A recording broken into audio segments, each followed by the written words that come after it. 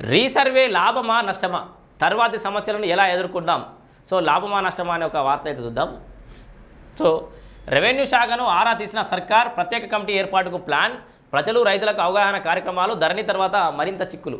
So భూమి రికార్డులకు విచ్చలవిడిగా తేడాలు, భూభారతి రీసర్వేతో అన్నింటికి చెక్ పెట్టబోతుందా అని చెప్పేసి అయితే ఒక అంశం కనబడుతుంది. ఈ రీసర్వేకి సంబంధించిన అంశం చాలా సెన్సిటివ్ అంశంగా మారింది, ఆర్థిక భారంతో కూడుకున్న అంశం కూడా. ఇది ఏం జరుగుతుందో చూద్దాం.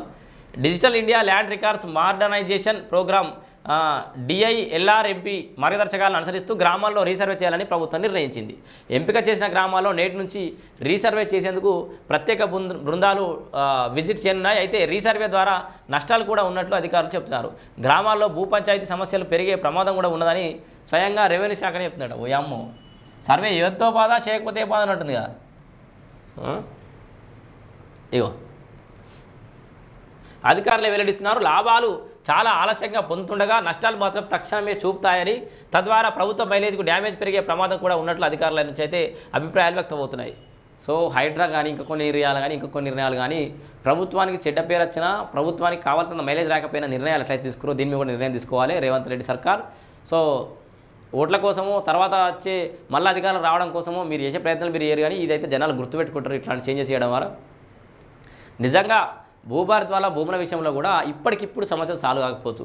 ఈ కాంగ్రెస్ సర్కార్ చేసే ప్రతి పని ఇమ్మీడియట్ రిఫ్లెక్షన్, ఇమ్మీడియట్ రిజల్ట్ కనబడతలేదు. బట్ అది లేటర్ ఆన్ స్లోగా అది వ్యవస్థల మీద ప్రభావం చూపే అవకాశం ఉంది, రాష్ట్రానికి మేలు జరిగే అవకాశం అవుతుంది. కానీ ఇప్పటికిప్పుడు జనాల్లో, కామన్ మ్యాన్స్లో దాని రిజల్ట్ అనేది కనబడతలేదు.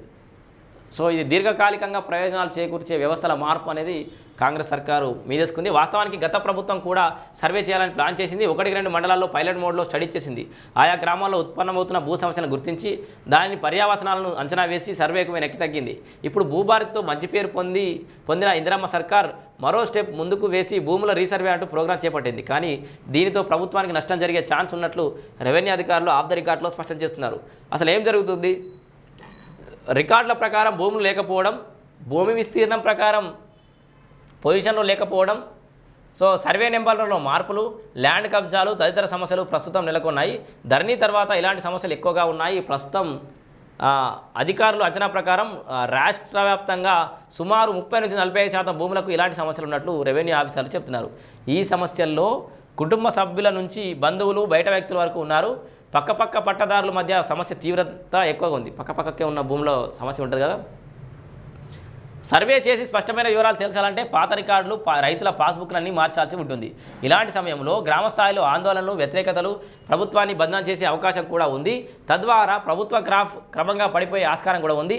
పైగా కోర్టులు కేసులు పడే ప్రమాదం కూడా ఉంది. దీంతో భూ పరిష్కారం పక్కకు పెడితే సమస్యలు మరింత చిక్కుముడిగా మారే ఛాన్స్ ఉంది.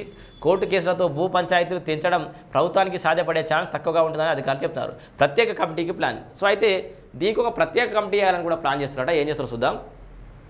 రీసర్వే ద్వారా వచ్చే సమస్యలను ఎలా పరిష్కరిస్తారంటూ ప్రభుత్వం రెవెన్యూ శాఖను ఆరా తీసినట్టు తెలిసింది. అయితే ప్రధానంగా గ్రామాల్లో ఇలాంటి సమస్యలు ఎక్కువగా వచ్చే అవకాశం ప్రమాదం ఉంది. ప్రభుత్వానికి బ్యాడ్ నేమ్ రాకుండా చర్యలు తీసుకోవాలని సర్కార్ రెవెన్యూ శాఖకు సూచించింది. దీంతో ప్రత్యేక కమిటీ ఏర్పాటు చేయాలని భావిస్తోంది.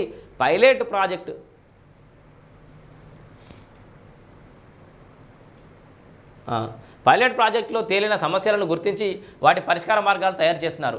ఆ తర్వాత రాష్ట్ర వ్యాప్తంగా అన్ని జిల్లాల్లో ప్రజలు, రైతులకు అవగాహన కార్యక్రమాలు చేపట్టాలని ప్రభుత్వం చూస్తోంది. సర్కారు ఏర్పాటు చేయబోయే కమిటీ ఈ ప్రాసెస్ను లీడ్ చేయనుంది. ధరణి వర్సెస్ భూభారతి, మ్యుటేషన్లు వర్సెస్ రీసర్వేల పేరిట పంచాయతీ స్థాయిలో ప్రత్యేక ప్రోగ్రాం రూపకల్పన చేయనున్నట్టు ఒక కీలక అధికారి అయితే పేర్కొన్నాడు. మరి మొత్తానికి రీసర్వే చేస్తే లాభమా నష్టమా అనే ఒక చర్చ కూడా నడుస్తుంది. ఇంకొక ముఖ్యమైన